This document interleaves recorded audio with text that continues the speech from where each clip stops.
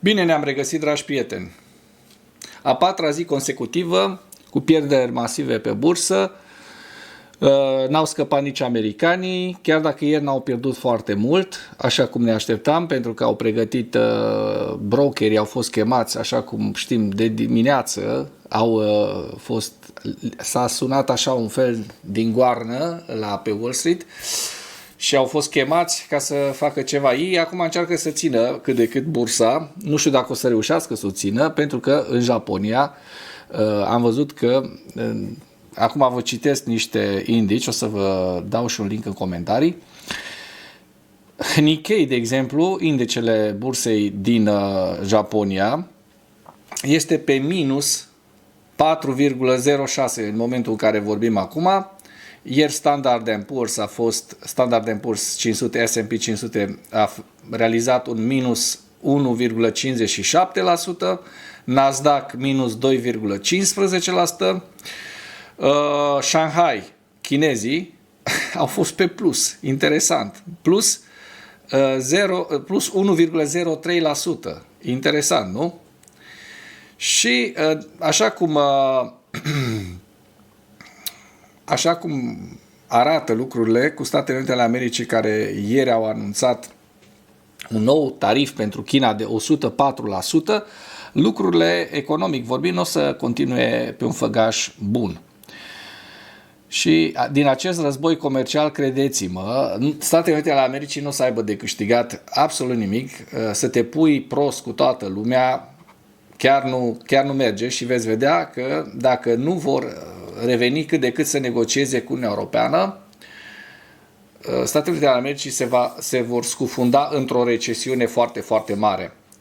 Astăzi Uniunea Europeană se întâlnește, este o întâlnire a Consiliului European, pentru a vota sau pentru a discuta, nu știu cum să vă spun, pentru a lua niște decizii, cel mai bine spus, de tarife sau de măsuri împotriva măsurilor Statelor Unite ale Americii, dar eu cred că încă se negociază, s-ar putea să se ajungă la un acord de liber schimb cu Europa, mai ales că presiunile sunt foarte, foarte mari în acest moment în Statele Unite ale Americii. Miliardarii care l-au susținut pe Donald Trump în campania electorală au pierdut foarte, foarte mulți bani, unii dintre ei chiar jumătate din avere în acest moment, și lucrurile nu pot fi ținute la nesfârșit sub control.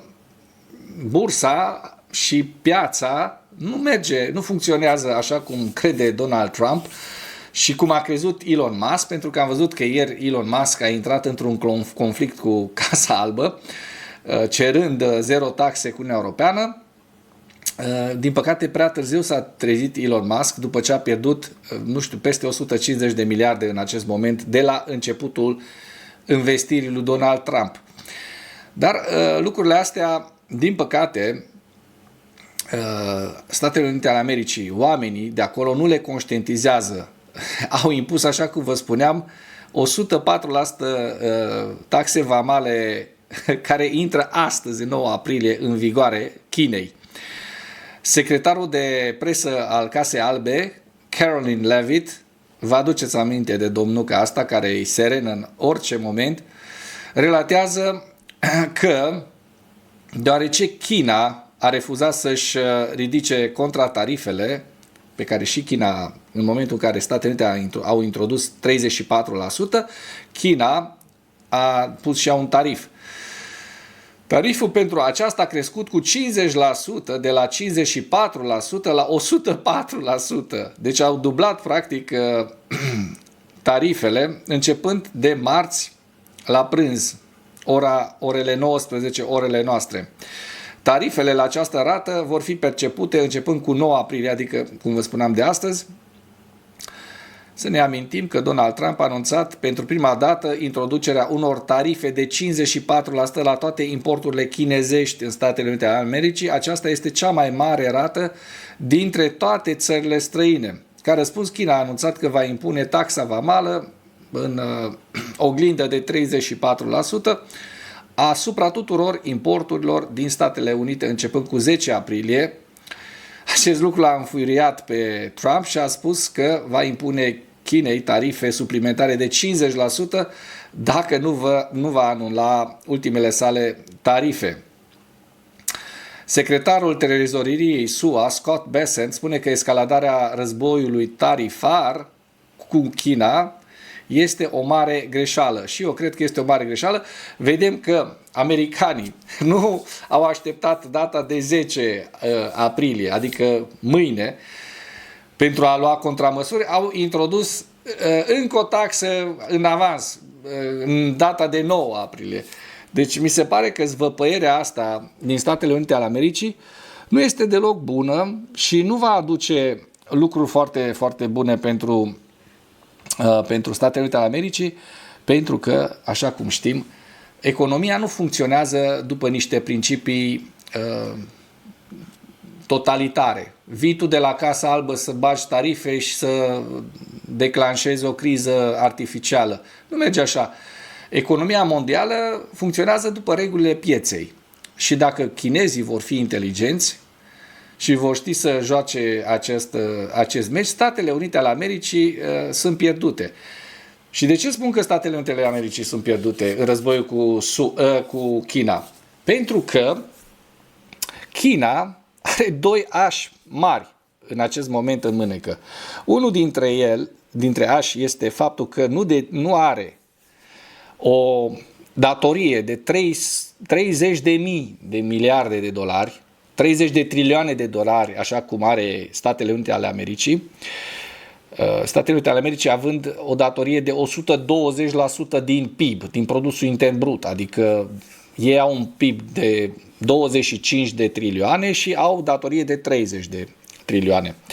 Deci ăsta e primul lucru. China nu deține aceste datorii imense pe care Statele Unite ale Americii și al doilea este faptul că China este foarte flexibilă în negocieri, inclusiv cu Uniunea Europeană și liber schimb cu lumea liberă, cu ce a rămas din lumea liberă după ce Statele Unite ale Americii au decis să nu mai facă parte din această lume liberă. După părerea mea, Statele Unite ale Americii își dau singuri foc la imperiu într-un moment în care nu au nicio șansă, nu au nici măcar un pic de leverage, nici o pârghie și au și ostilizat în plus la maxim foștii parteneri europeni, Canada, Japonia, Coreea de Sud și celelalte țări cărora le-au impus aceste tarife. Deci Statele Unite ale Americii în acest moment, dincolo de faptul că nu au leverage, sunt singuri, s-au autoizolat, au o datorie imensă, iar dolarul este ultima lovitură pe care Uniunea Europeană poate să le dea Statelor Unite ale Americii, adică să nu mai tranzacționeze în dolari și în acel moment, așa face Gigi Becali, nu? S-a dus dolarul. Dolarul nu o să mai fie valută în acel moment. Și Uniunea Europeană are acest as mare, ăsta e cel mai mare as pe care Uniunea Europeană îl are. Nu știu dacă o să-l folosească, dar dacă o să-l folosească, atunci Statele Unite ale Americii s-au dus pe copcă.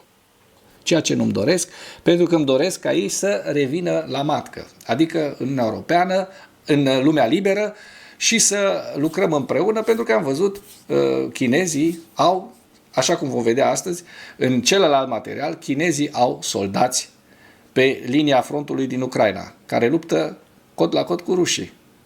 Așa că e un moment foarte bun ca Statele Unite ale Americii să se trezească, altfel se vor duce în cap precum celelalte imperii. Dacă nu i-au învățat nimeni puțină istorie pe cei de la Casa Albă, îi învăț eu, le spun exact pe formula aceasta, pe care ei merg acum greșită, s-au dus în cap și Imperiul Roman și alte mari imperii pe această formulă.